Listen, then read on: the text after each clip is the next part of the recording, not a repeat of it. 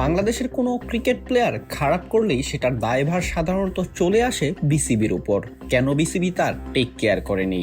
এই ধরনের প্রশ্ন উঠে আসে ফেসবুক পাড়ায়।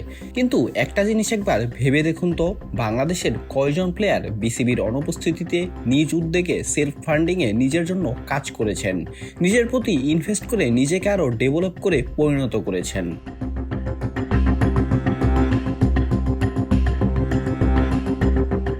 এক্সাম্পল হিসেবে গৌতম গম্ভীরের কথাই ধরুন না। ভদ্রলোক ভারত থেকে নিজের টাকা ব্যয় করে অস্ট্রেলিয়ায় গিয়ে অস্ট্রেলিয়ান ব্যাটিং কোচ জাস্টিন লেঙ্গারের সাথে কাজ করেছেন। নিজের ছুটির সময় পুরোটাই মাঠে দিয়েছেন, রোদে পুড়ে বৃষ্টিতে ভিজে তাসমানপাড়ার ওই দেশে ছিলেন, সেখানে ক্রিকেট নিয়ে কাজ করেছেন।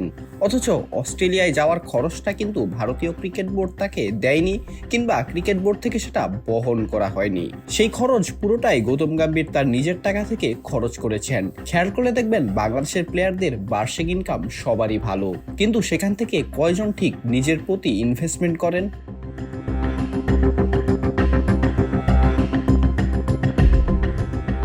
সব দোষ যদি বিসিবির হয়, তাহলে আমাদের প্লেয়ারদেরও তো নিজেদের সেলফ ডেভেলপমেন্টের জন্য কনসার্ন হওয়া উচিত। আর ঠিক সেইখানেই যেন ভিন্ন এক উদাহরণ করলেন নাঈম শেখ।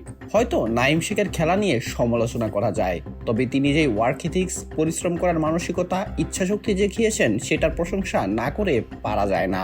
নাঈম শেখ নিজ উদ্যোগে প্রতিদিন 7,000 টাকা করে ইউলেপ ক্রিকেট গ্রাউন্ড ভাড়া নিয়েছেন। তিনি শুধু মিরপুরের নেট সেশনের অনুশীলনের মাধ্যমে নিজেকে সীমাবদ্ধ রাখতে চাননি, তাই উন্নতভাবে ট্রেনিং করার জন্য নিজের টাকা খরচ করে পুরো একটি মাঠ ভাড়া নিয়েছেন। তাই নাঈম বোধহয় একটা উদাহরণই হয়ে গেলেন। আমরা সবসময় বিসিবির কথা বলি, বিসিবির দোষগুণ নিয়ে আলোচনা করি, বিসিবি কি করেছে, কিন্তু মাঝে মাঝে নিজে থেকেও তো নিজের ডেভেলপমেন্টের জন্য উদ্যোগ নিতে হয়। আর সেটা কিভাবে করতে হয় নাঈম শেখই দেখিয়ে দিয়ে গেলেন। অঙ্কুর গমেজ, বিডি আর্কাইভ স্পোর্টস।